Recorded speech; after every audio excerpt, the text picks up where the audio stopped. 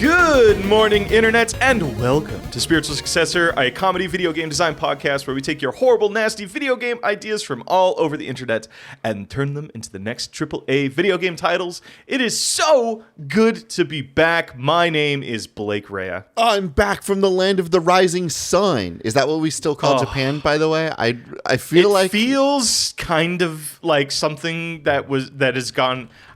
a little bit racist. I don't know if it is, but it sounds like something that a soldier in the 1980s would say. You know what? Does that make sense? It does feel like something like a veteran would say. Like, oh man, like if someone was like trying to be like post World War II, and they're like, I don't have a problem with the Japanese. In fact, it's the land of the rising sun, as far as I'm concerned. They'd be saying it to show how cool and nice they are with them. They'd be like, I love that. Cool place. and hip. I did kill people while there, but it was beautiful while I was there. It got like kind of messy there, and I don't love what we did to it. Very sorry about that, the Japanese. Can we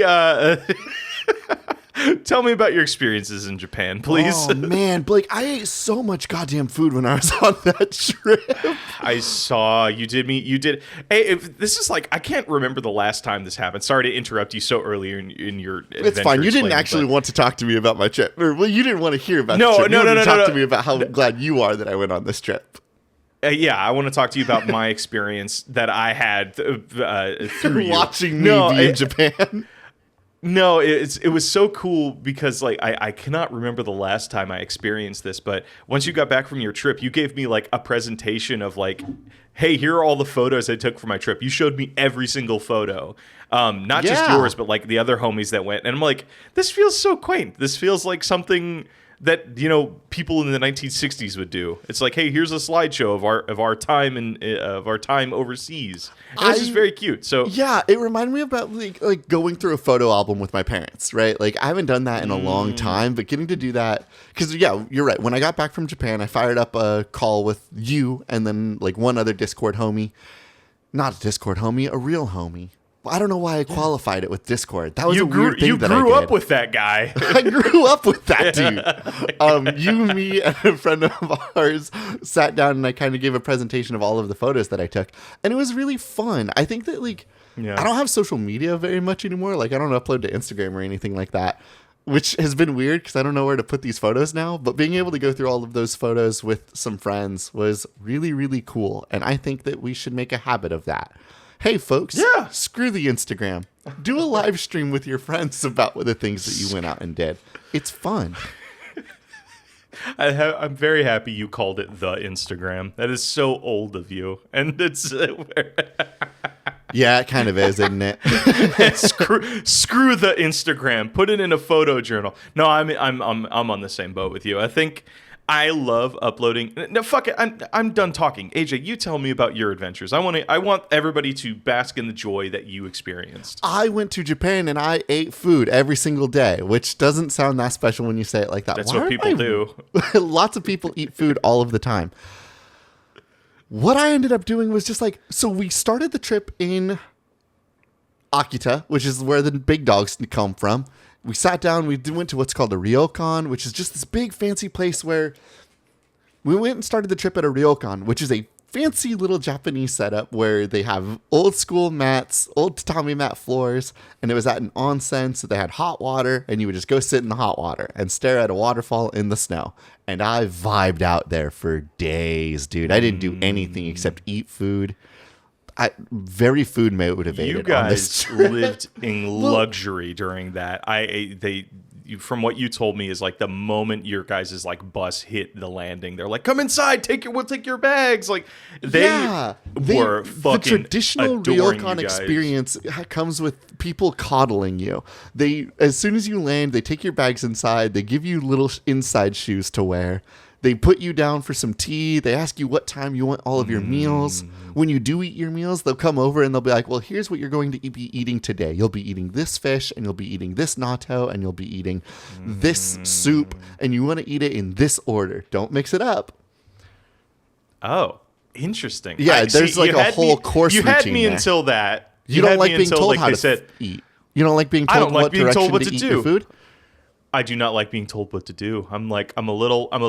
That edgy part of my life I never grew out of. Like the moment somebody says you got to do it this way, I'm like, well, I'm not gonna. I'm gonna do it my way. And if I have a bad time, that's my fault. That's actually a really good instinct to have, because after 3 days of being told exactly how I was supposed to eat what food in what direction, after that, me and our adventuring party went to Tokyo for a week.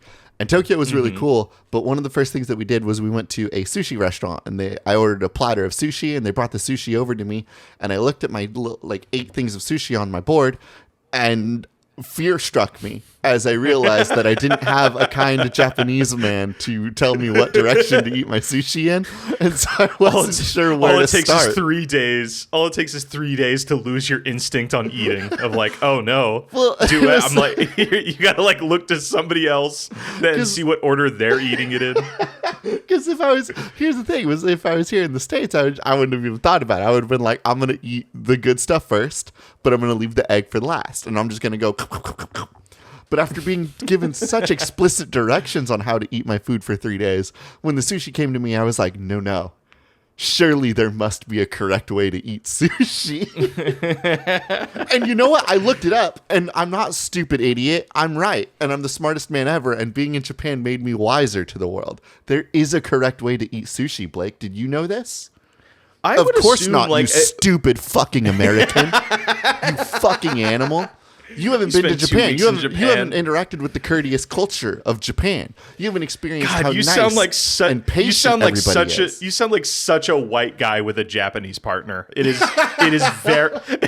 very funny to hear you talk right now. Because when you eat sushi, Blake Rea, you are intended to go from the lightest fish to the darkest. Oh, is that because it's the least rich to the richest? So I have no idea why that is. Why are you saying things then? I just know that that's the way it's supposed to be.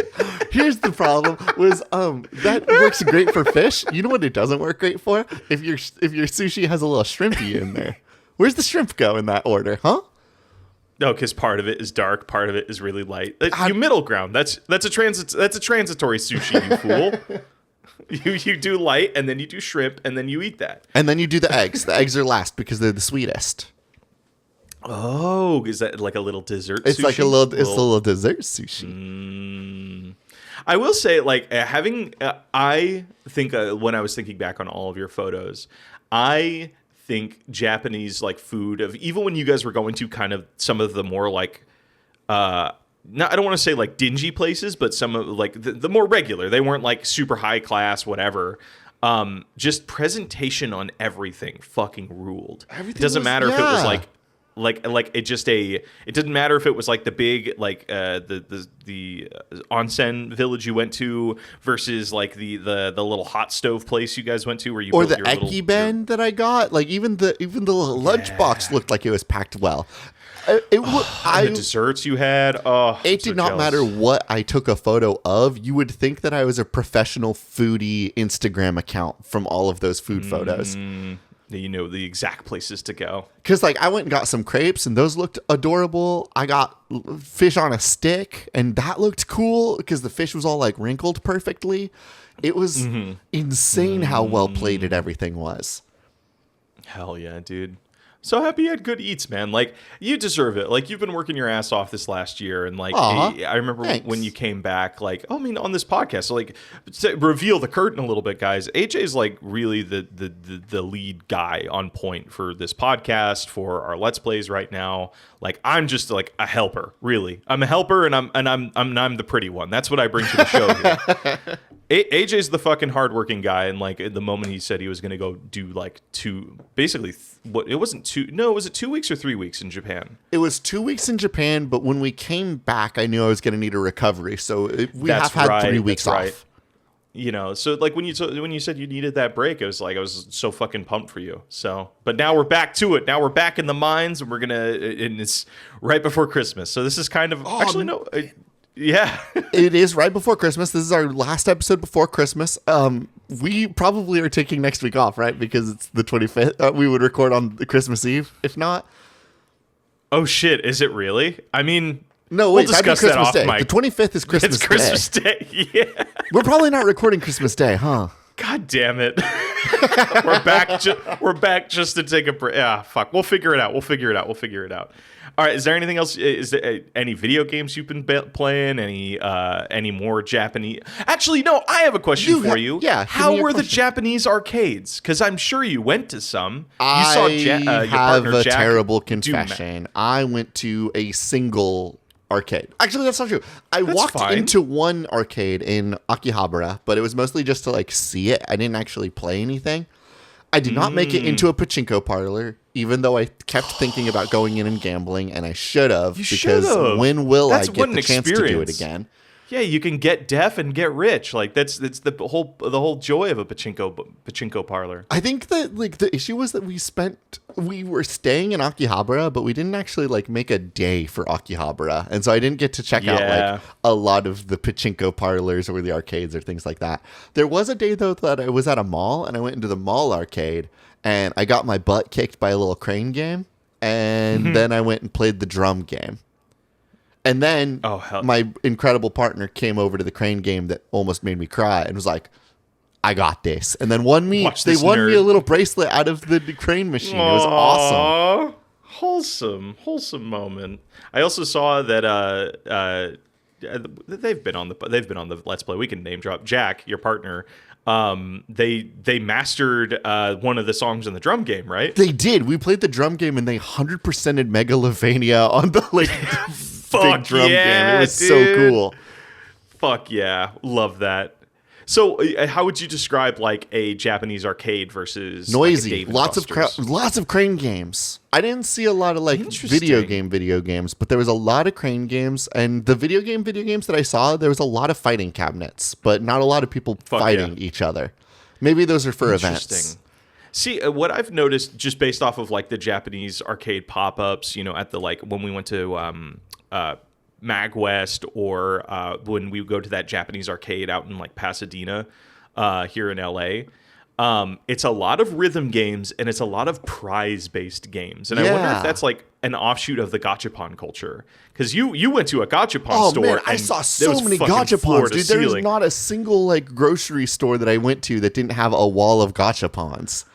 That's insanity. Like the idea of just the little Blorbo collection culture out there has to be buck wild.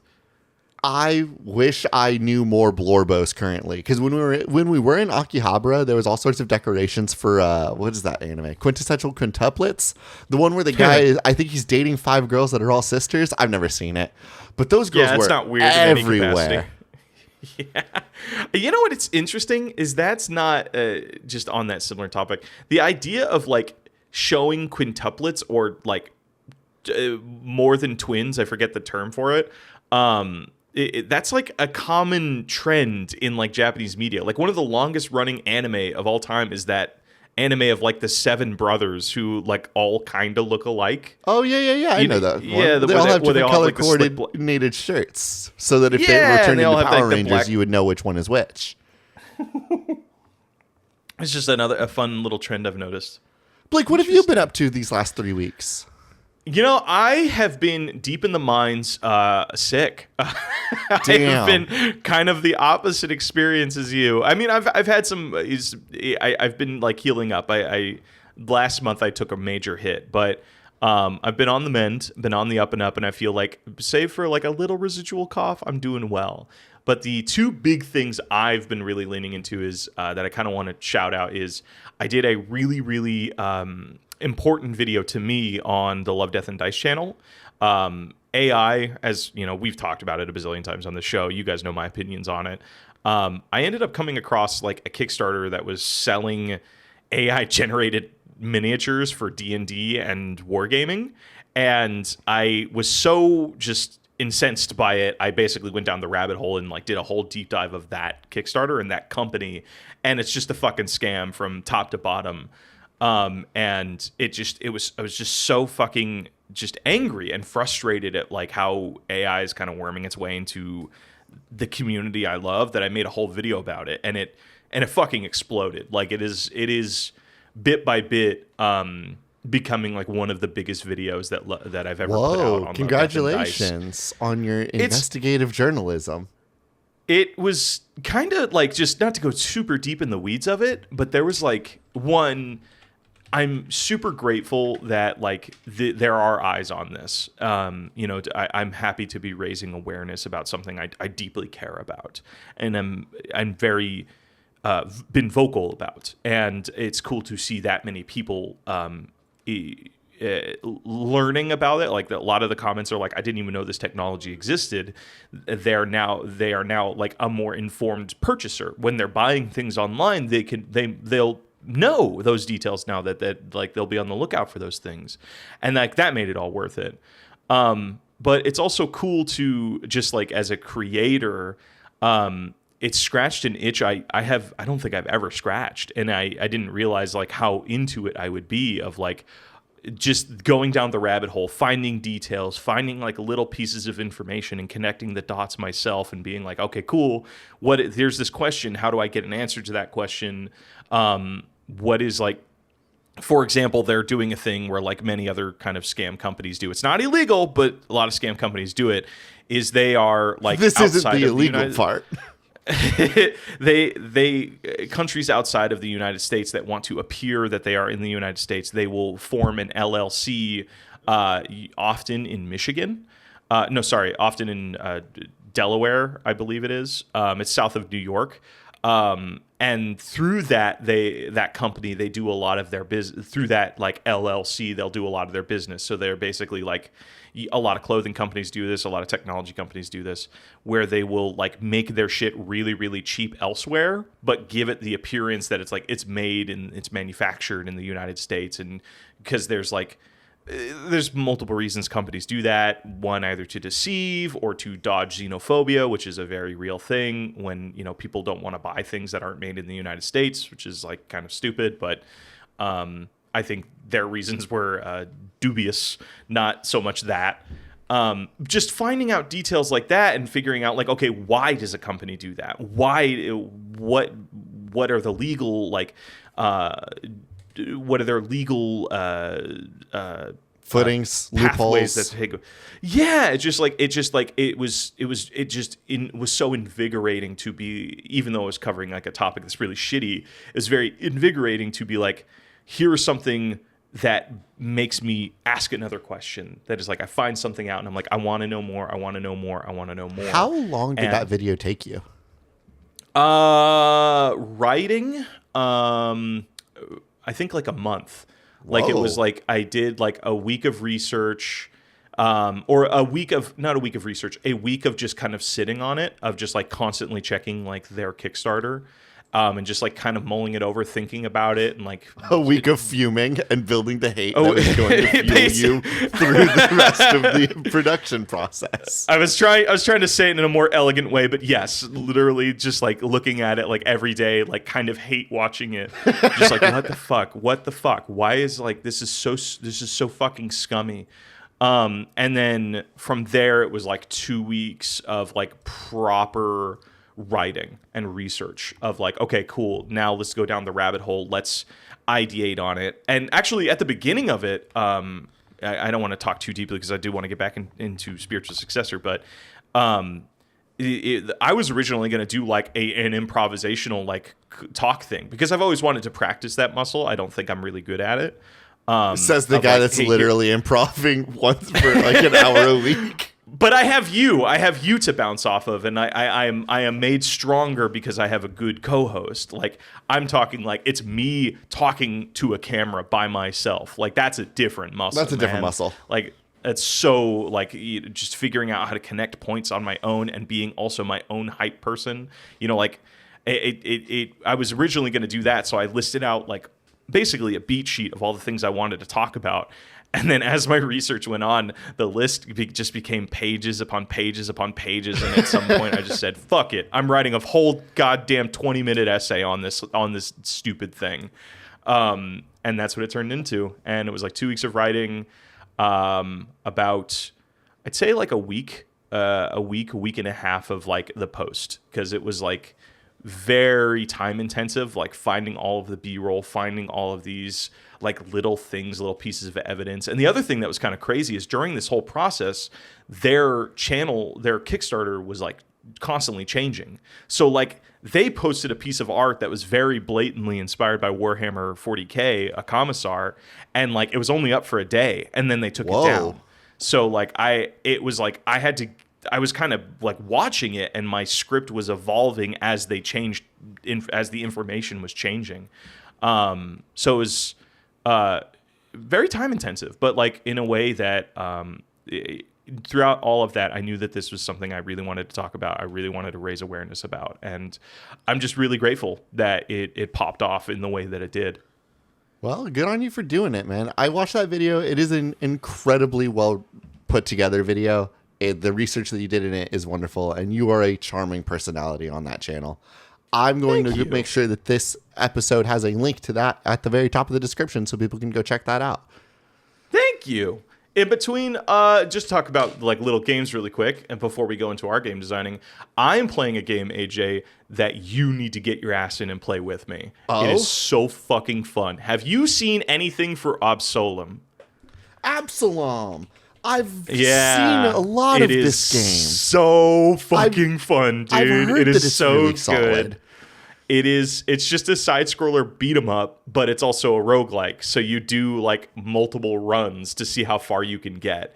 And something I love about it is like there is a set you start your run on like one side of a continent, and you are basically working your way across the continent and to get to the end boss fight guy. And like at the end of every run, you get to like see your journey through that map, which has like multiple pathways to get across that continent. Of like, do you want to go to the beach or do you want to go through the forest? Okay, cool. When you go through the forests, you're going to have to fight this boss. When you go through the sandy beaches, you got to fight this boss. So you think of like, you actually have to plan.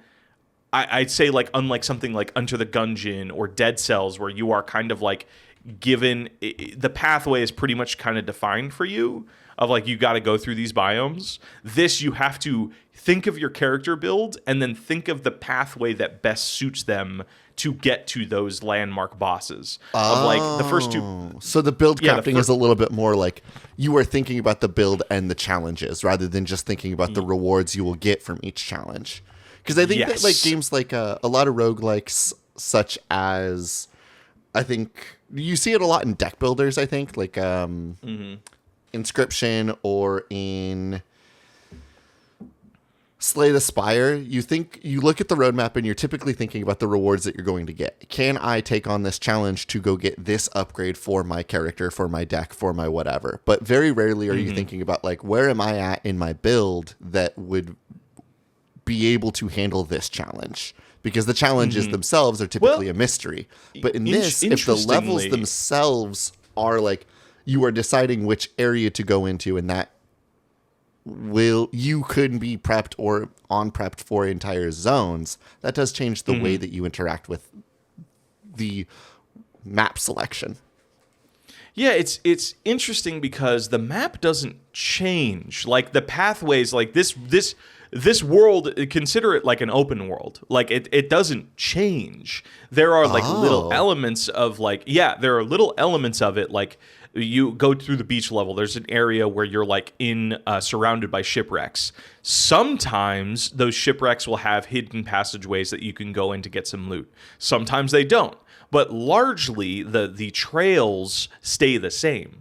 And the enemies that you encounter at those certain points do change. So it's not like you're always going to fight dogs on this screen. You're always going to fight birds on this screen. It's not like that, luckily, because that would get boring as shit really fast. But the selection of going to the beach or the forest after 2 zones is always going to be the beach or the forest after 2 zones. Yes, it's always going to be the same. There are always screens. But there are, along each of those paths, there are like little split ways that you can go down. Like right now, I just discovered on the beach path, there has been this locked door that I have not been able to have access to. And then now that I unlocked this new character, I found out that it's only accessible to that character that I just unlocked.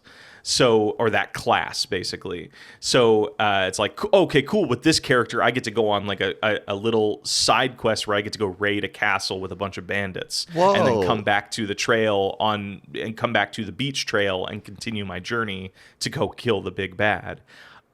It's it's deceptively simple. Like, I remember when I first booted up the game, I thought like, okay, you have your heavy, you have your light, and then you have your ultimate or whatever. And like, it was like, okay, so it's only like 3 attacks, but no, there is so much positional comboing in the game that it's like, oh wow, this is actually like way more elaborate than I thought. So it's like you actually not only have like air comboing where it's like you can lift an enemy, you can like pick up an enemy, throw them, or you can do like aerial combat or stuff. It's also positional of like what row you are on. So like if you are in the row above somebody, you can actually do like diagonal attacks or diagonal dodges. Or there are some enemies that attack on different lanes, so you have to be perceptive of like what lane you are in. And that's before like all the power-ups and shit get involved with it. Just like, it's like, hey, every time you dash, like an effect happens. Every time you do a light attack, you're going to spawn out a bubble that captures somebody, and that sets them up to do aerial combos on that person. It's so much more complex than I initially thought. And I actually, during my first session of the game, I actually almost bounced off of it because it was just like, oh, this is like not that like engaging. Like I don't know what the appeal is. But then as I started to like actually play the game and also see how the different classes move and how like some of them are close range fighters, some of them are mid range, some of them are all about like my favorite character right now. I think her name is Spice. I actually am blanking on her name, but she's like part robot, so like, or a part steampunk robot, and her whole thing is that she's like always attacks at a distance, and then you can utilize her like grapple features to just basically close the distance with people and then grapple them and then attack from there, and then you shoot off of them to get distance again. So it's every character plays super different. I haven't unlocked the final one, which is like a mage frog guy, a spellcaster frog.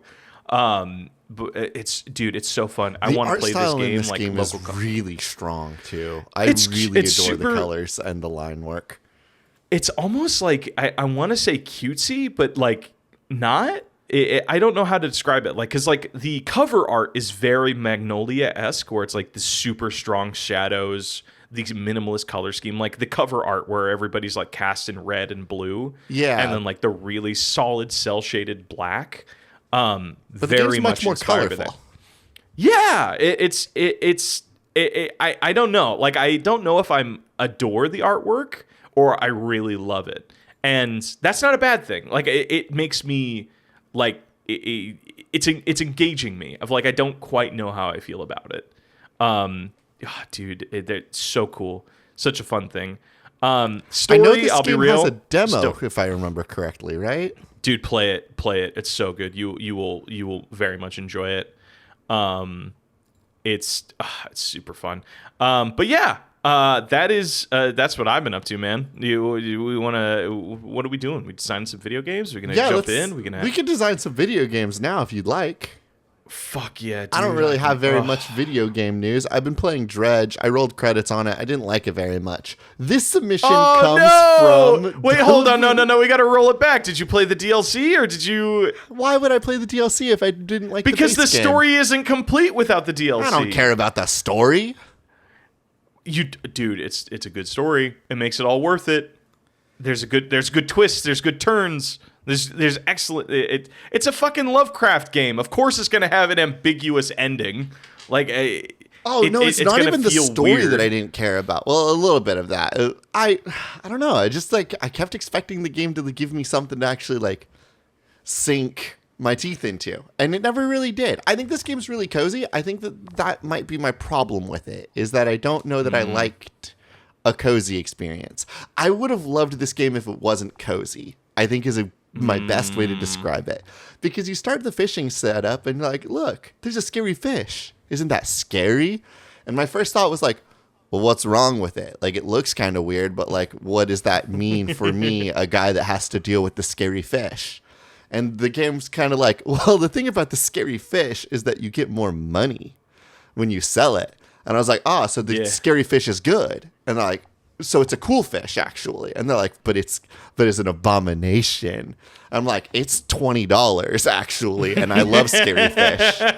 So not really that scary actually if you think about it. And then I'm like, okay, well, is carrying the scary fish going to like cause any problems for me, right? Because like it's worth more $20, but like it is kind of fucked up. Is it gonna like rot faster? No. Is it gonna like make other fish bad for me? Also no. Is it gonna like make me stressed? Also no. It's worth more money because it's rare. Kick it, buddy. It's a cozy game. Yeah, but like that's the Lovecraftian nature. The Lovecraftian nature is that it's better. It's like things are happening that you don't understand.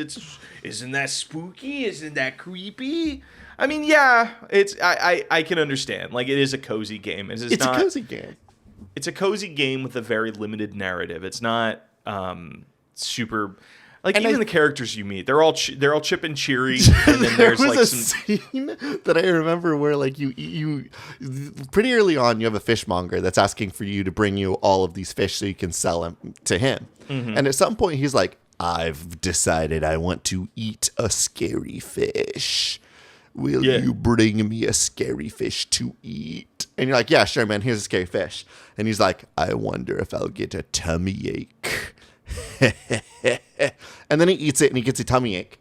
And then he closes the store for a day and a half. And so I'm sitting there like, oh no, did I just lose my fish seller? Like, do I have to go explore the rest of the world because I gave a bad fish to this guy?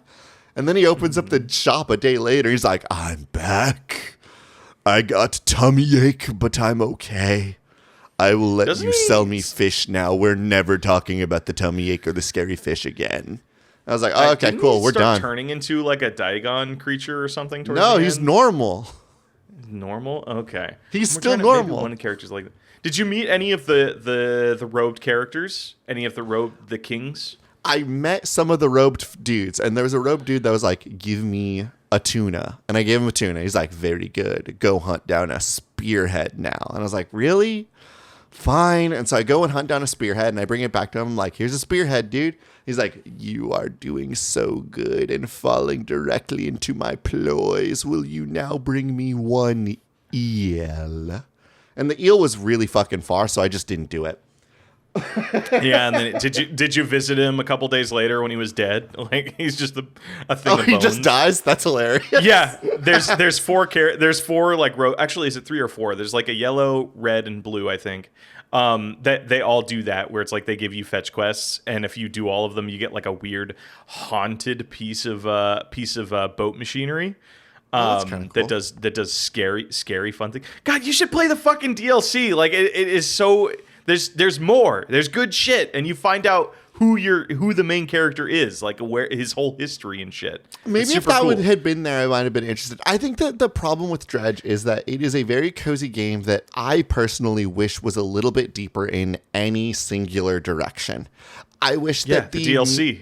I wish that the maintenance of like trying to fit all of your fish together mattered a little bit more. I guess I was looking or hoping that after seeing the layout, it would fall into a Moonlighter situation where part of the puzzle might be, oh, you can't put these fish together.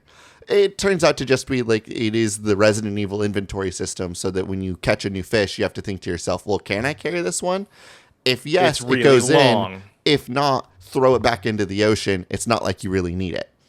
When I met the Leviathans and did the quests on each of the island, I thought that the Leviathans might have more interesting mechanics that you might have to like play around.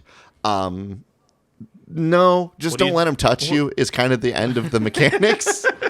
Except the 4th island where you get a mechanic where it gives you a little like shield that tells the big scary fish to fuck off. And that's the mechanical depth, is they're like, you have a fuck off button now. And that's kind of cool. You can just tell the mean fish to fuck off. I can understand. Yeah, I remember when I played that game maybe 2 years ago. And I know I'm the outlier because I know that there's a cozy game that like a lot of people are really high on. I know that you specifically adored this game. Yeah, I 100%. I don't know if I 100%ed that game, but I got pretty damn close. No, it doesn't. What you're saying is like it's not wrong at all. It's like it is such a subjective thing, of like, a personal taste thing. Like, You didn't want a cozy game. You wanted something that demanded you on a technical that challenged you on a technical level. That's not really the game for that, admittedly. Yeah, it is like kind of on the rails, and the whole point of it, the whole enjoyment of it is like you want to 100% your fish log and get your boat up. That's it. It's just nice little feedback loop. Also, this is a completely like specific like me whiner note. I thought the fishing mini game sucked. It wasn't engaging. It wasn't fun, and it dragged down. Wrong. And it dragged You're down so the wrong. interesting part of it. Because if the interesting part is going to be the fetch quests, then you like when the little hooded men are like, "Please hunt me down this fish," or like the dude that's stuck in the swamp who's like, "Bring me this fish for this bait." Okay, fine. Then the mechanic that you want to be playing with, or the mechanic that I'm going to be interacting with the most, is hunting down the correct type of fish for these missions. And you get a little spyglass that makes it easier to hunt down those fish, and you have a little chart that's like, oh, this fish will be available at daytime or nighttime. That's all well and good. Except the actual catching of the fish is annoying. If it was just a collectathon game, let me just do the collectathon game. Don't give me this You're like so annoying wrong. like 4-second mini game in the middle of it. Every kind of fish has like its own little timing based challenge. Every like, type of like zone so of fish cute. has its own thing. But but still, it's still cool. That's still variety. That's better than most fucking cast and fish games where it's like, all right, we're going to show you a bar, and the little needle's going to go back and forth on that bar, and then that little window where it's depending on how hard the fish is. And then you'll have to like compete with the left and the rights and like tug it when it's like tugging away and watch for its signal to battle it back to your ship and your boat. I like those mini games. I like mini games where you have to reel. Yeah, if I'm but fishing, like, let me reel. Let me swing that little joystick as fast as I can to bring that fish in. Okay. Admittedly, that's fair. Like if they did like more of like a battling with the fish rather than like just doing it wouldn't have been very cozy. If I had to think to myself ever like I might lose this, it wouldn't have been a very cozy game. Yeah. Which is fine. I think it's cute that Stardew Valley exists in a new font. How disrespectful. What do you mean? Stardew Valley is one of the greatest games of all time, so I'm told. But Dredge just stands on its own 2 feet, my man. I think it's really cool to have a game this cozy that uses all of the vocabulary and like trappings of a horror genre. See, this is all within my own headcanon. Okay. But like it might be because I played the game back to back with another one. So I replayed Dishonored 2, which I don't know if you've ever played the Dishonored games. Those games are really fun stealth action games. Oh, they're awesome, but it's the art style that is fundamental. That is like my main draw. Like I will, if they made more novels, I would read the shit out of them, or like more comics or whatever. It's just the world building of those games is incredible. I was playing Dishonored 2, which was also kind of like a very thematically based around fishing, and you also find out in fishing in Dishonored. Yeah, the Karnaka is a fishing town. I know it's a fishing town, but like I don't remember doing fishing in those games. Oh no, you don't. No, you don't. You don't fish it. I'm talking about like world building. Like you walk among a lot of like fishing style things, and also there's like the whaling industry in the first one at Dunwall. But like I actually was playing. I picked up Dredge right after doing a run of Dishonored, and those 2 games like stylistically go together like bread and like peanut butter and jelly. I see that because like the styling of it is like everybody has that exaggerated kind of sharp look to their character designs. All the fish kind of like look like they could exist in the Dishonored world. Very overcast. And also, like, very overcast. Also, the Dishonored games have like cosmic beings and cosmic creatures that live in the sea. So like it felt like an add-on to the Dishonored games. I could see it, yeah. And I think that enriched my experience in a different way. And I kind of like it just my own headcanon was like, oh, this is like what this the is the same universe. Yeah, the same universe. This is what the fishermen experience when they're not in Dunwall or Karnaka. Very, very fun. Very fun. Hey, AJ, we got 20 minutes. We should design. Let's each give a game submission, eh? Blake, I don't want to do one submission. I think that I have the opportunity here to knock a couple different submissions off the list in one go. Oh, we love that. Hell yeah. Because we have a submission here from our Discord from user Valerie saying, "Ho ho, hold up! This year, old Saint Nick has decided to trade in that sack of presents for a bag full of cash in this Xmas-themed bank robbery simulator." But also, we had a user on Reddit user. Oh shit! I know where you're going with this. Hold on, wait. Crocopster. Reddit user Crocopster submitted Santa stealth game, deliver presents while avoiding detection from excited children and increasingly common camera systems. But wait, there's more. Because B-Sky user closeted transbian Ian Fleming at Caleb server submits year 3 of suggesting a Santa Claus stealth game. Blake, all the people are asking for it. Everybody won't stop saying it. What if Santa Claus did robberies? Are you stealing from... Also, by the way, another missed opportunity to get another submission from Cogcopster in that same post. You call it Red Sled Redemption. So it's like the Red Dead games are all about robbers and shit and like stealing, doing bank robberies and things. So we know our setup. This is old-timey Wild West. Old-timey Wild West. When did Christmas start?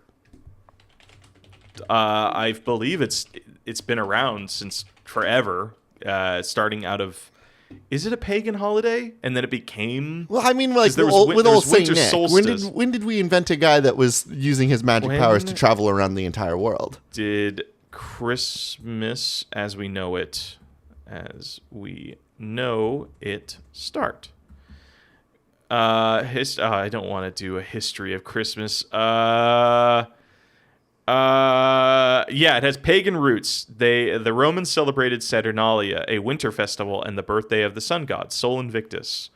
Oh, that's where Warhammer stole that. Sol Invictus. That's the guy who looks over Terra. Thieving bastards. Modernization. 2022. Clement Clark writes a Christmas poem called A Visit from St. Nicholas. The iconic version of Santa Claus is a jolly man with a red outfit and a white beard and a sack of toys. Was immortalized in 1881 when political cartoonist Thomas Nast drew on Moore's poem to create the image of old St. Nick. 1822. When is that in history? That's after the Industrial Revolution. That's not. The Industrial Revolution was the 1900s. Whoa, 1822. Wasn't it? Yeah, because we didn't have like industry factories as we know it until. So 1821. Okay, so and then in 1870, President Ulysses S. Grant made Christmas a federal holiday. So like. So we could be in cowboy times. Easy. I'm sure like the last cowboys were like at the end of the 1800s. Because that's when we started like having Los Angeles was built in what, 19 something? Yeah, Red Dead Redemption takes place in like 1911. So like, yeah, absolutely. That's true. We can get some cowboy. We can get an old Saint Nick cowboy. Fuck yeah. All right, so old cowboy. Are we playing kind of a down on their luck Santa Claus that like, hey, actually here it is. Here's the setup. They had their Santa Claus factory at the North Pole. It got ransacked in the opening of the game. Absolutely just destroyed. Their wife got killed. All of their elves got like stolen. Their factory got burned to the ground. They have no Santa Claus factory, but Christmas still needs to happen. So they got to do a little bit of stealing, a little bit of wheeling and dealing to get enough gifts ready before Christmas happens to get their factory up and running. Like one of the things of like Red Dead Redemption 2, I can't speak for Red Dead Redemption 1, but like the idea is that you are constantly trying to upgrade your camp. You're trying to like you're going out and you're doing robberies and you're doing like thieving and all these things. You bring the money back, you donate some of it to the camp. Cool. Now you get to have better food stocks. You get to have better ammunition. You get to have better like sleeping areas, better decorations and stuff. So what if you are Santa Claus going out doing missions about thieving, and then you bring it back to your destroyed factory and you're trying to get it back up and running before Christmas? But you can't get caught because obviously you're Santa Claus. If people see you stealing, then and know that now you're they'll shoot you dead. First of all, they'll kill you. But more importantly, the moral stance that you have. Santa Claus is a perfect being. This is why Santa Claus and Santa Claus alone is allowed to have the naughty and nice list. Only Santa can properly judge our sins. So he can't be caught stealing. Blake, can I pitch one more wrinkle onto this? Please do. Because the submission does say Santa stealth game deliver presents while avoiding detection from excited children and increasingly common camera systems. This part of the submission implies a level of modernity to it that isn't cowboy themed. So let me give you this, Blake. 2-part game. One level you will take place in the cowboy times. And then once you reach a certain story point, the game zooms forward to the present, where Santa Claus is currently attempting to rebuild his empire. Because in the modern day, where children have all like stopped believing in Christmas, because if Santa Claus was real, he'd be on the cameras, wouldn't he? Mm-hmm. So he has to do a little bit of Christmas magic and magic with wire cutters. And he's tapping into all of his old tricks that he used way back in the old-timey days. Let me. Okay, I'm proposing. Did you ever play Assassin's Creed Brotherhood specifically? Yes, where you would go between old timey and the new timey missions. Yes, absolutely. Yes. So I'm proposing Red Dead Redemption with modern missions. Interesting. Okay, let me pitch you on something. Let's put a pin in that. I think that's a really good idea to kind of do what an if Red Dead Redemption iteration. was interspersed with missions of Hitman? I think is where we're landing. if I had to pitch it in an elevator. Well, let me. Do you think what route do we want to go? Where there's very clear delineation of like we are doing the levels where he's like a nobody cowboy, and then levels in the future where he has his empire. Or do we want to do a thing that basically we just steal straight from American Vampire, where like each different arcs of the game take place in different time periods, where it starts in cowboy era, we do a bunch of levels in there, our factory gets to a certain point, then we flash forward 20 years, and now we're in like in the roaring 20s or something. And then we do a bunch of levels in there where their technology is different. And then we flash forward another like 40 years. Oh, I love where we're in the 1960s now. Now there are cameras. And like each era introduces new technology that makes it harder for us to be Santa. But also, this is a revenge tale of like... and also a revenge tale, you say? Well, didn't you hear me? I said his wife got killed. Like he had his cute Santa workshop where he was making like little wooden toys and stuff like that. He got burned to the fucking ground. So like, what if I mean the easy answer is Krampus. Like Krampus, his evil brother, of course. His evil brother came in and killed him. Killed his whole shtick. Because the villain of this game needs to be a ethereal being as well, like a timeless being, an equal right? but opposite thing that lives on top of the naughty list. Yeah, because it can't just be like Joe Schmo, because Santa will outlive Joe Schmo, given enough time. It's like, oh, why would I put a bullet in his brain? He's gonna die in 20 years from typhoid. Like it's not. I don't care. So like, if it is another being that lives eternally, it's like this will always be in the back of Santa's brain of like that mythical creature killed my wife, and they're gonna because who doesn't love old men beating up? Who doesn't love old men beating up young guys? Yeah. So maybe I wonder to lean into your idea more of like we have like the technology gets better as time goes on. What if the game is like it starts as like kind of a beat 'em up to show Santa's like youthful rage, and as technology gets better, he needs to abandon those fighting to do more sneaking. I love this because we get like such an incredible set piece in every section of the game, because whenever we jump from like timeline to timeline, right? We go from caveman time where it's all punching and violence to cowboy time.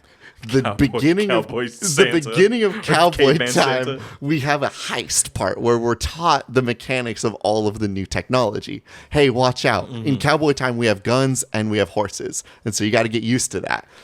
And then you have to think about guns and horses when you are breaking in for gifts at the end of the cowboy timeline. And then you jump forward to the industrial, or maybe like the early aughts. And it's like, okay, Yeah. heads up. Here in the early aughts, people have phones. They don't have cell phones yet, which means that like when you're doing the heist, like at the very beginning to earn your money, you have to be mindful that people are going to run to a telephone station to call for help. And it's like, okay, cool. That's something I have to be thinking about. We don't have cameras very much yet. And then you have to think about people rushing for their phones when you do the break-ins to give the gifts at the end. Yeah. But now it's not being tutorialized because it was only tutorialized during the break or during the heist, not the... We should make an opposite word for heist because there's the stealing heist and there's a giving heist.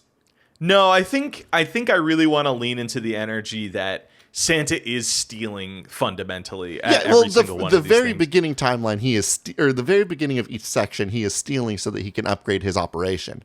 But then you get like the skill check at the end to be like, okay, cool. Before we can jump out of cowboy time into more modern times, you have to go deliver a bunch of gifts. Oh, so every era ends with the actual gift delivering Of course, element. every era ends with Christmas. I wasn't even thinking about that. I was just thinking of Santa beating the shit out of people and taking their stuff. Well, that can happen during the heist, but it can't happen. You can't just Santa can't throw a punch when he's giving a gift. Okay, so Unless every he's giving era the has, gift of a like- broken nose, of course. But I don't think that he would do that very often. I mean, in his youthful days, I would assume cowboy Santa. He's a gunslinger, dude. His wife got killed. The man He's in like- red he's like- might have given somebody a broken nose. So okay, so this is he? The thing that screams out to me that should happen is like, okay, every era has different sections to it where it's like, okay, you have the level that introduces the mechanics, you have the heist, and then you have the present delivery. I want to throw one more thing in there is like every era should have like an element of like maybe a little detective energy of like him finding out, getting a little bit closer to figuring out who killed his wife. So it's like you are doing the overarching like mechanics of being Santa and like learning new mechanics, but there needs to be something that unfolds during each era. Yes. Okay, so here's the setup. You have a medium-sized Red Dead map. It is all and the decorated map like changes? cowboys. You do your tutorial mission where you learn about cowboy technology, and then you explore the world a little bit and find your lead to do some sort of mission where you get another clue as to who did the murder. And then you do your gift-giving level, or where your gift-giving part where you have to stealthily zoom around the entire world map and deliver your gifts. You jump forward Hell yeah. 100 years. You get the same map. Geographically, it is the same map. You, the player, have memorized this map already, except it's been given a facelift and updated 100 years. Now you get a there's tutorial neighborhood mission here, in a now new part there's, of like town. a factory here, yeah. Yes, and you get put into a different part of town where you're given the tutorial mission where it's, hey, here's all the technology that you're going to have to deal with in this new era. Then you get the mission where you get to, or the part of the game where you get to run around the town, figure out a clue, interact with the new mechanics, push the limits of car, and then you get to do the mission where you deliver all of the gifts at the end of it. You jump forward another 100 years. You do the tutorial, you do the hunt, you do the gift giving. Hell yeah. I love that. I feel like obviously there's a reason it hasn't happened because it's just so difficult to do, but showing the same map evolving over time. It has happened, Blake. Blake, we've done it. We've stepped into it again. They have done this. What game? The Mafia games. I've never played the Mafia games. That's a thing? Oh, yeah, the Mafia games, you end up like, I think it's Mafia 2. You start off like kind of around town doing some crimes, and then you end up going to jail, and there's a whole like jail section of the game, and then you come back out, and the town is different. It's the same map, but it's been updated in a way that like everything feels a little bit new. Another game that does this is the Yakuza games, because similarly, you go and explore the town a little bit, then you go to jail, then you come back out, and the whole town's been updated a little bit. Yes, I agree. Yes, that makes sense. But I think what we're pitching is way more ambitious in a way that I haven't seen. We're gonna do it 3 times. It's like, hey, there's 4 buildings in this cowboy ass town. There's a church, there's a saloon, and then a store, and then some other thing. And those 4 maps And are then that turns like touchstones are there the entire time. When you jump forward 100 years, that church is still in the exact same spot.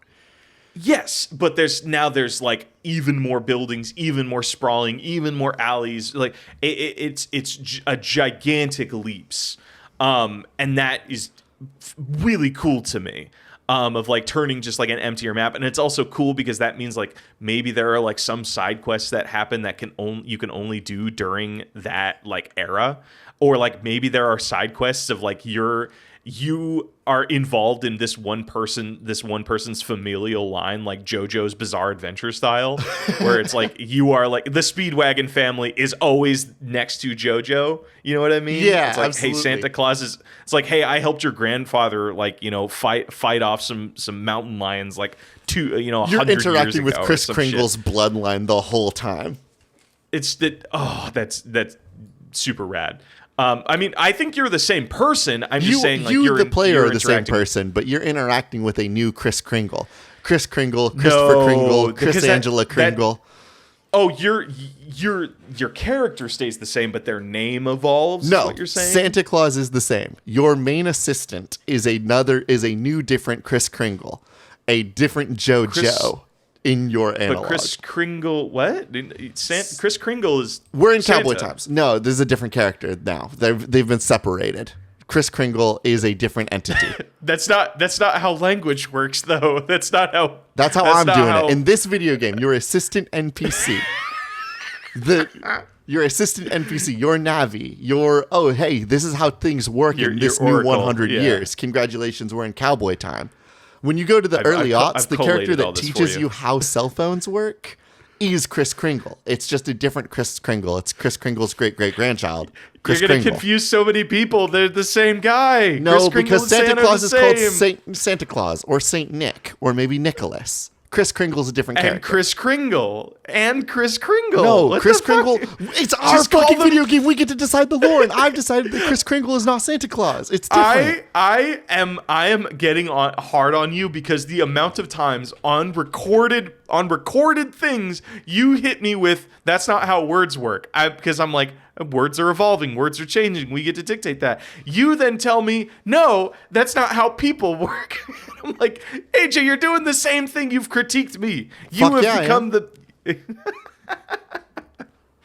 Jesus. Okay. But to close out this submission and to close out this episode, what is the last level? You find out who murdered your wife, 150 years ago or something. Yes. It's the year of our Lord 2026, 2025, whatever. Chris, it's right now. It's happening right now. 2025 Christmas. You find out who murdered your wife. It's Krampus. Who the fuck else could it be? You gotta then take everything you've learned over all these different eras and raid Krampus's compound or their medieval castle or some shit. So you gotta do stealth. You gotta do violence. You gotta do dodging. You gotta dodge like little shitty influencer elves or something like that. And at the end of it all, you've discovered that Krampus is live streaming. And you must now consider kill him whether on or live not stream? you attack this man on live stream with thousands of people watching. After all that of the is such a stuff, Red after Dead all the Redemption careful angle. coordination you have done to ensure that you can still use Christmas magic, Do you are you fucking willing gun to him throw it down? all away to attack the man who killed your wife? And you, depending on whether you kill them or not, like in vein of all the Red Dead Redemption games, it's like, are you an outlaw or are you like a good person? If you played the game as an outlaw and like you during the side quest where I'm kind of a piece of shit, you put a bullet in Krampus's brain live on air and you ruin the image of Santa Claus forever. And Santa Claus writes his own name on the naughty list, and Christmas Holy magic is shit! gone.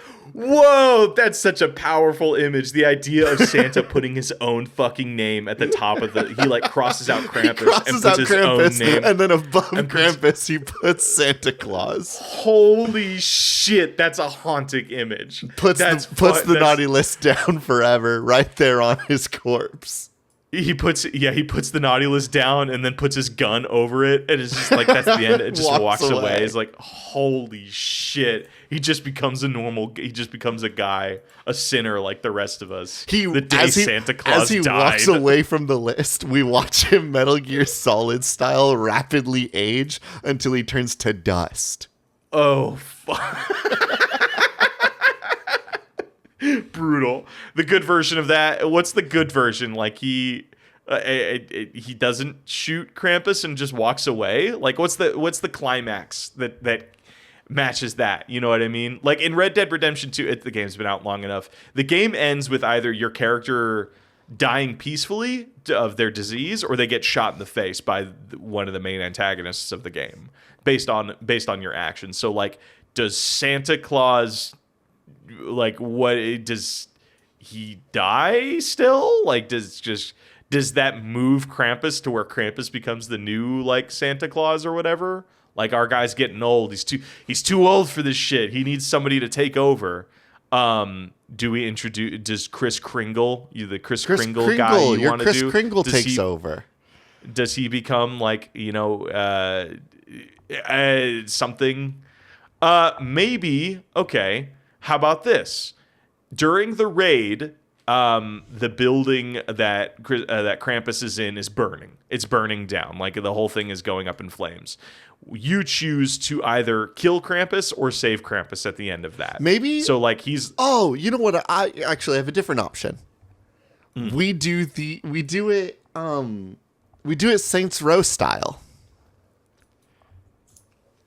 At the very end of the game, you do it Saints Row 3 style. At the very end of the game, you are given the choice. There are 2 final missions. Final mission number 1 is you go and fight Krampus and kill Krampus and leave the naughty list forever.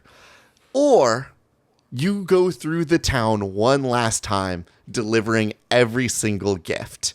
And you don't stealth.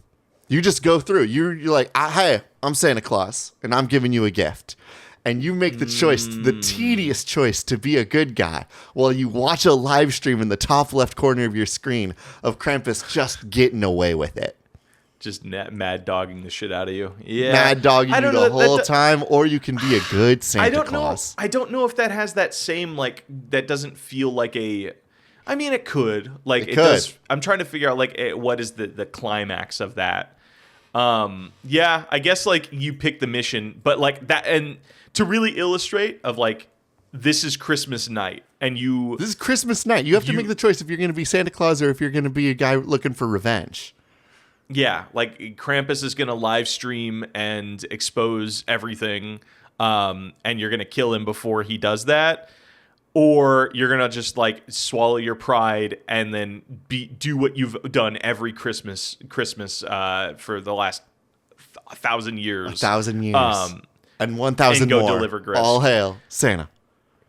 Yeah, I like that. And then I'm just trying to think of, like, does that feel hollow? Because it's like, I'm trying to figure out, like, why doesn't he do both? You know, he delivers Christmases and then he wakes up on New Year's. Because Krampus is going to get away through some means. Magic means. He is Krampus. Krampus is going to space. He's launching him on a spaceship to go to Mars. Yeah, here's my goodbye stream. He's like really tight with Elon Musk, and he's like, dude, me and SpaceX, I'm dipping out. He's like, I'm immortal. I'm going to go live on the moon because I can do that because I'm immortal. I'm Krampus. I can do anything I want. Later, Santa. It turns out I'm the one who killed your wife all those years ago. And you're just going to have to live with that forever, man. Unless you come to my place. Unless you come kill me right now. Killing me. Unless I live stream you killing me right now. Ultimately achieving his ultimate goal of like ruining Christmas magic forever because Krampus hates living forever. Krampus wants to be set free. Right. They are afflicted by the same curse. So how about this? I pitch you on this then. The way we add the climate, because there needs to be a confrontation with Krampus in both the good ending and the bad ending.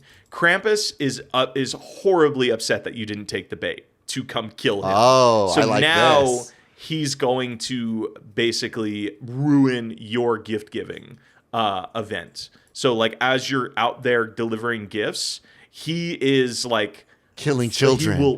He'll randomly spawn and start like just attacking. So you need to like, he's like kind of a Mr. X sort of thing, where it's like as you're delivering gifts, he'll come in and you have to fight him off for a period of time. I like that. And that there's escalation over the night. So like you and him will carry your wounds through that Christmas night, and then it all ends in a culmination of you guys finally doing battle. And like he's like, kill me, show me and very similarly, it's the old Batman Joker scenario where he's like, kill me, and Batman and Superman, Santa Claus is like, I can't do it, I won't put my name on the list. Yeah, he's like he is given the opportunity and decides the better of it. So it all still culminates in like there's a live stream happening. Santa has a gun to Krampus. In one, he does shoot him. The other one, he just forgives Krampus and like walks away from it. And so the player gets to choose if their final mission is another stealth mission to go kill Krampus or a delivery mission that is fugued with all of the Krampus problems. Yes. So you still get that nice like meeting of confrontation. Blake, I love this. I love this video. I also love this. What the fuck do we call it? Is it just Red Sled Redemption? Or the other alternative is Sled Dead Redemption. I like Red Sled Redemption. Red Sled's Redemption is going to be it, I think. Fuck yeah. All right, that's a game, dude. Let's go to patch notes. Let's go. Hello, everybody, and welcome to Patch Notes. I just wanted to say really quick thank you so much for listening. It sounds like Blake and I are going to be taking next week off, and I recommend that you do that too. It's the time of the season. Find somebody that you really care about, spend some time with them, give them a little kiss under the mistletoe. What? Aw. Drink some eggnog, put a little rum in it, put a lot of rum in it, and just kick back and enjoy. Like this year has been weird. It's been stressful for all of us. We just wanted to say, just take a real moment to wish you guys a happy holidays and a very restful week. As always, the intro and outro to our show is Cheap Shop by Anna Monoguchi, an excellent song from an excellent band for an excellent game. I've been one of your hosts, AJ Hart. And I have been your other host, Blake Rea. This has been Spiritual Successor, and these are cool games that should not be made.